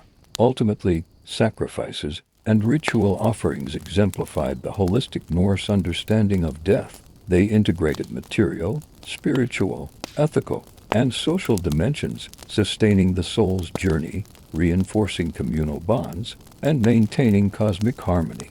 Through these acts, the living participated actively in the passage of the dead, ensuring that memory, honor, and spiritual integrity endured. Sacrificial practice demonstrated that death was not an endpoint but a continuum, a bridge between worlds requiring care, intention, and devotion. By offering sustenance, protection, and symbolic goods, Vikings honored the deceased, strengthened spiritual bonds, and participated in the ongoing moral and cosmic order that governed life, death, and the afterlife. Viking funerals were deeply communal events, but the involvement of chieftains and community leaders added layers of social, political, and spiritual significance. These figures were responsible for overseeing the rituals, ensuring that all customs were observed correctly, and maintaining harmony between the living, the dead, and the divine. Their authority shaped the conduct of the funeral, the scale of offerings, and the participation of the community. A chieftain or local leader often coordinated the logistics of the burial, from preparing the body to arranging the ceremonial feast and supervising the construction of mounds or ship burials. Their knowledge of tradition ensured that rituals adhered to spiritual and societal norms, preventing missteps that could offend the god's ancestors or the deceased spirit. This guidance was critical, as improper observance could result in spiritual imbalance, social tension, or perceived misfortune. In addition to logistical responsibilities, leaders played a symbolic role. They represented the community in its entirety, demonstrating respect and authority on behalf of all members. By leading processions, making offerings, or performing ceremonial rites, they reinforced social hierarchy and conveyed communal acknowledgement of the deceased's status. Their actions were a public declaration of honor, validating the deceased's contributions and asserting the ethical and spiritual values of the community. Chieftains also mediated disputes and ensured cohesion during the funeral. Large gatherings often included extended families, allies, and even rivals, each with their own expectations and emotional investment. Leaders were responsible for balancing these interests, maintaining order, and directing the flow of ritual activities so that the event honored the dead while preserving social harmony. Their presence ensured that mourning did not escalate into conflict and that the communal focus remained on remembrance, ritual, and ethical observance. Speeches and ceremonial addresses were another key function of community leaders. These pronouncements often recounted the deceased's life, celebrated their deeds, and contextualized their contributions within larger social, cultural, and spiritual narratives. Leaders could invoke mythological parallels, ancestral connections, or moral exemplars, linking the individual's life to the community's collective identity and reinforcing shared values. Through such speeches, the living reaffirmed social order, celebrated virtue, and integrated the deceased into ongoing memory and myth. In the case of warriors or chieftains themselves, leaders also coordinated symbolic martial rituals. Weapons might be displayed, ceremonial combats enacted, or toasts offered in honor of valor and service. These acts emphasized continuity between earthly and spiritual realms, ensuring that the deceased's heroic identity and social role were carried forward into the afterlife. Leadership in these rituals reinforced the cultural understanding that death did not erase status or achievement, but transformed it into enduring legacy. Leaders were also responsible for guiding younger or less experienced members of the community in proper ritual behavior. Children and apprentices observed and assisted, learning the ethical, spiritual, and social frameworks embedded in funerary practices. This mentorship ensured that knowledge, tradition, and moral values were transmitted across generations, maintaining continuity of culture and cosmic understanding. In some cases, chieftains had direct influence over the scale of offerings and sacrifices. They could mobilize resources for elaborate feasts, high-value grave goods, and monumental constructions, demonstrating communal respect while asserting their own leadership and stewardship. These acts of provision also reflected reciprocal obligations. The community's collective contributions honored the deceased, while the leader's direction reinforced social hierarchy and spiritual efficacy. Through their role, community leaders ensured that funerals were not merely private expressions of grief but structured, ethically guided, and spiritually potent events. They mediated between the living, the dead, and the divine, harmonizing social obligations with cosmic principles. Leadership ensured that the deceased received proper care, the soul's journey was supported, and the community's cohesion, memory, and ethical framework were reinforced. Ultimately, the involvement of chieftains and leaders reflected the integrated nature of Viking funerals. Death was both a personal and communal event, a spiritual and social responsibility.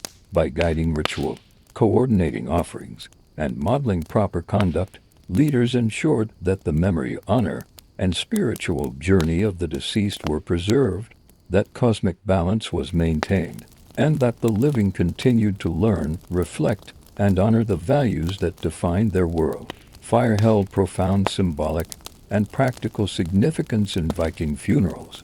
Cremation, one of the most common practices, was seen as a transformative act that liberated the soul from the physical body and prepared it for the journey to Valhalla, hell, or other spiritual realms. The controlled destruction of the body by flame embodied the intersection of mortality, ritual, and cosmic order, demonstrating the Vikings' nuanced understanding of death as both an ending and a transition. Cremation pyres were meticulously constructed. Wood kindling, and sometimes stone or metal frameworks supported the body and grave goods, ensuring a complete and contained burn. Weapons, jewelry, tools, and personal items were placed alongside the deceased, creating a sacred assemblage of identity, status, and spiritual necessity. The fire consumed the body while releasing the symbolic essence of the individual, enabling the soul to move beyond earthly constraints. The act of burning was deeply ceremonial. Family members, chieftains, and participants gathered to witness, guide, and honor the transformation. Chants, laments, and skaldic poetry often accompanied the flames, calling on the gods, invoking Valkyries, and celebrating the deceased life and deeds. The fire itself was both purifier and carrier, transforming earthly matter into smoke, ash, and spirit, and signaling to the divine that the deceased's passage had begun. Cremation pyres were often located in visible or sacred places, such as hilltops, shorelines, or near ancestral lands. This placement connected the act of burning to the landscape, symbolically linking the deceased to both the earthly and spiritual worlds. Observers could witness the smoke rising, a tangible marker of transformation, continuity, and remembrance. In this way, fire served as both medium and message, bridging mortal life and eternal journey. The inclusion of offerings on the pyre had both practical and spiritual dimensions. Items placed in the flames were believed to accompany the soul into the afterlife, transforming their material essence into spiritual support. Weapons became instruments of protection. Jewelry signified status and identity, and food or drink sustained the spirit.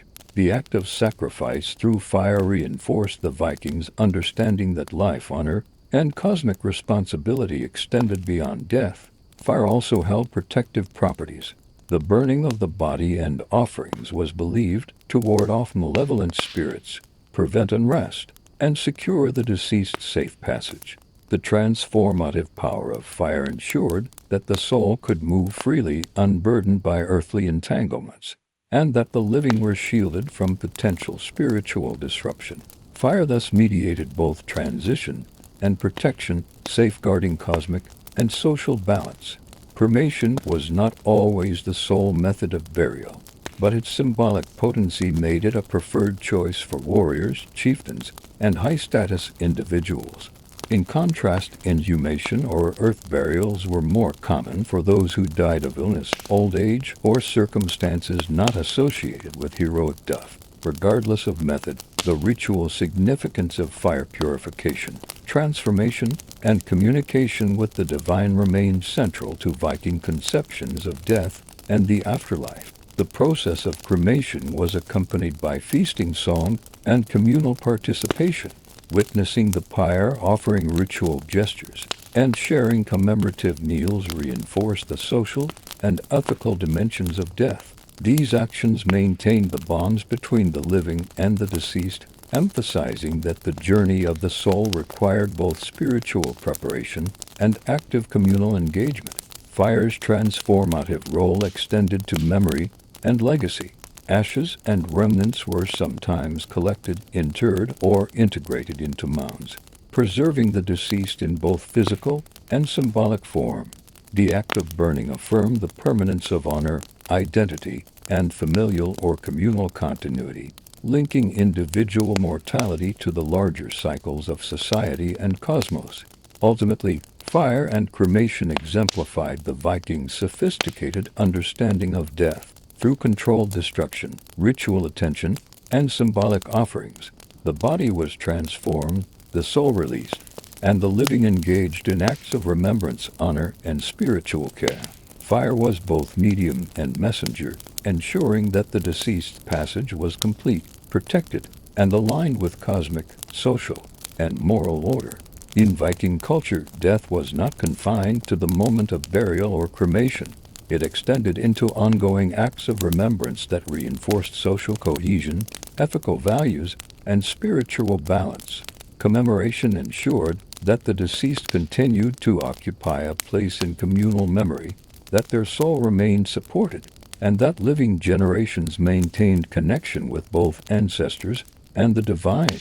One of the most significant forms of commemoration was the annual visit to the grave or burial mound. Family members would bring offerings of food, drink, and symbolic items, performing prayers, laments, or recitations of poetry. These visits served multiple purposes. They nourished the spirit of the deceased, demonstrated continuing honor and loyalty, and reminded the living of their obligations to ancestors and community. The act of repeated attention underscored the Norse belief that death was a process requiring ongoing care rather than a single ritual event.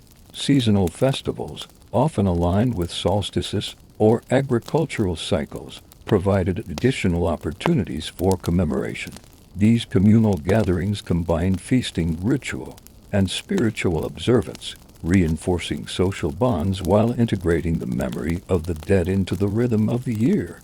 Ancestors were honored alongside gods, emphasizing the intertwined nature of mortal and divine relationships and the continuity of life across generations. Skaldic poetry and storytelling played central roles in ongoing remembrance.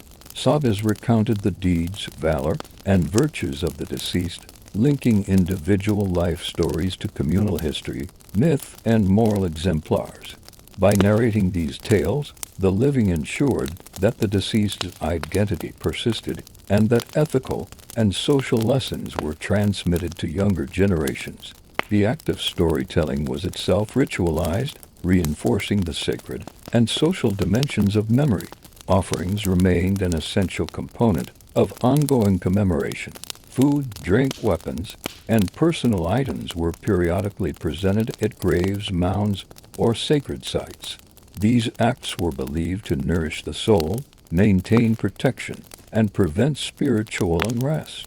The living actively participated in ensuring the deceased's continued well-being, reflecting a reciprocal relationship in which memory, honor, and care were obligations that transcended mortality. Commemorative rituals also reinforced social hierarchy and lineage. The prominence and frequency of observance signaled status, influence, and familial connections. High-ranking individuals, such as chieftains or renowned warriors, received elaborate memorials, while commoners were honored according to the resources and customs of their household.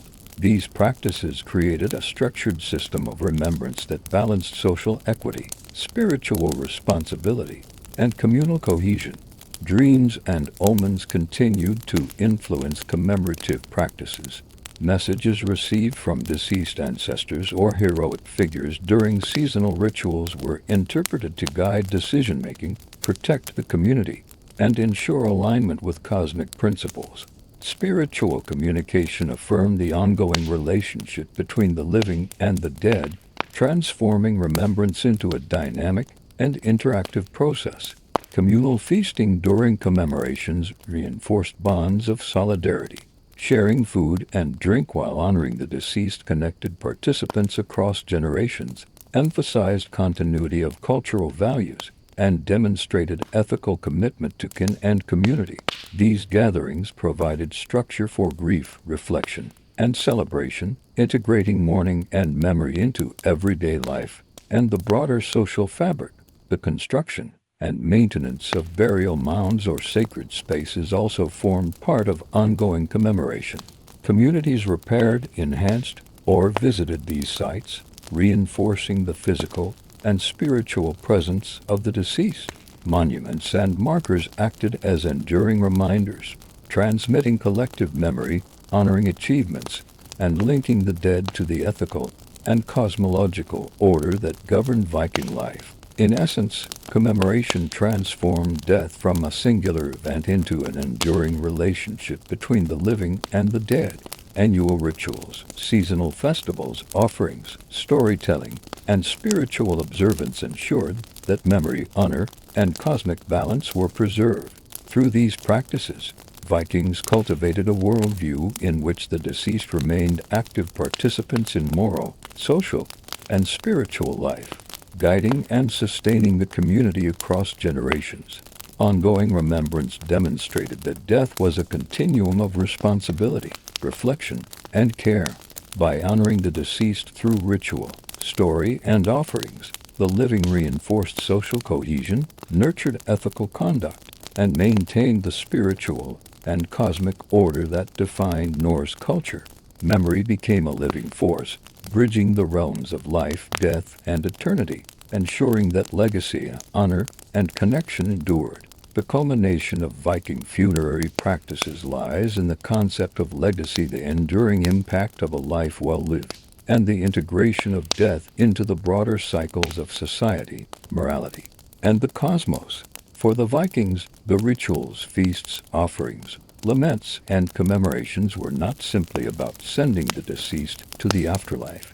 They were about ensuring that memory, honor, and spiritual influence persisted, shaping both the living and the eternal order. Legacy was deeply intertwined with reputation.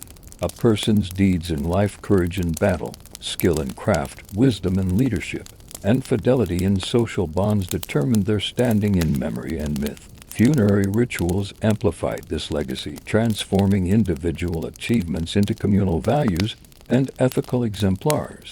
Through memorials, poetry, and song, the deceased became part of a cultural narrative that transcended mortality, teaching, inspiring, and guiding future generations. Valhalla and Hell were not merely destinations but reflections of legacy.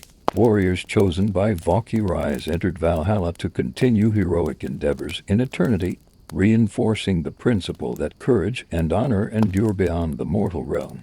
Those who entered Hell were remembered differently, but still participated in the cosmic order, their lives and choices continuing to influence social and spiritual understanding. Death, therefore, was not an erasure but a transformation, situating the individual within the eternal narrative of existence. The enduring influence of the deceased extended through material culture. Burial mounds, ship burials, and grave goods acted as tangible markers of life and status. They were physical manifestations of legacy, connecting the living to the past and embedding memory within the landscape. Communities could see, touch, and interact with these markers, maintaining awareness of ancestry, history, and the ethical frameworks that guided society. The landscape itself became a repository of remembrance, integrating death into the lived environment. Rituals of mourning, feasting, and commemoration reinforced moral and social continuity. Each act of remembrance affirmed communal values, transmitted ethical lessons, and guided behavior. By caring for the dead, the living maintained their own moral and spiritual equilibrium, demonstrating that life, death, and social order were inseparably connected. This ongoing engagement ensured that legacy was not passive but active, continually influencing thought, conduct, and community life. Spiritual interaction through dreams, omens, and visions underscored the Viking understanding of continuity. The deceased remained present in the lives of the living, offering guidance, protection, and instruction. This perception reinforced the idea that existence was an ongoing cycle, where past, present, and future were linked through memory, action, and ritual. Life and death were stages in a continuum, with ethical and spiritual responsibilities extending across generations. The ethical dimension of legacy was paramount. Proper observance of funerary rites, offerings, and commemoration ensured that the deceased soul was honored and protected. Neglect or disrespect could harm both the living and the dead, disrupting social and cosmic balance. Through attentive care, Vikings affirmed the principle that honor, memory, and ethical action were intertwined, shaping the moral landscape and maintaining harmony within the community and the cosmos. Art, poetry, and storytelling preserved legacy across time. Skalds and poets immortalized deeds and virtues, embedding them within cultural consciousness. Stories of valor, loyalty, and wisdom became models for behavior, integrating the deceased's memory into ethical instruction and societal expectation. The interplay of narrative and ritual ensured that legacy was both remembered and enacted, bridging life, death, and cultural continuity. Ultimately, the Viking understanding of death emphasized that life was meaningful only in relation to honor, memory, and ethical engagement. Funerals, rituals, and ongoing commemoration were not endpoints but processes that affirmed these principles. Death became a means by which society could reflect on values, transmit wisdom, and maintain spiritual and social equilibrium. Legacy was both the reward for a life well lived and the responsibility of the living to sustain memory, virtue, and cosmic order. In conclusion, Viking funerary practices reveal a culture deeply attuned to the cycles of life and death, the moral and spiritual significance of human action, and the enduring power of memory. Through ritual, sacrifice, song, and commemoration, the dead continued to shape the living, guiding ethical conduct, reinforcing social cohesion, and sustaining cosmic harmony. Life and death were intertwined, and legacy became the ultimate measure of meaning, ensuring that honor, valor, and virtue transcended mortality and echoed eternally across generations.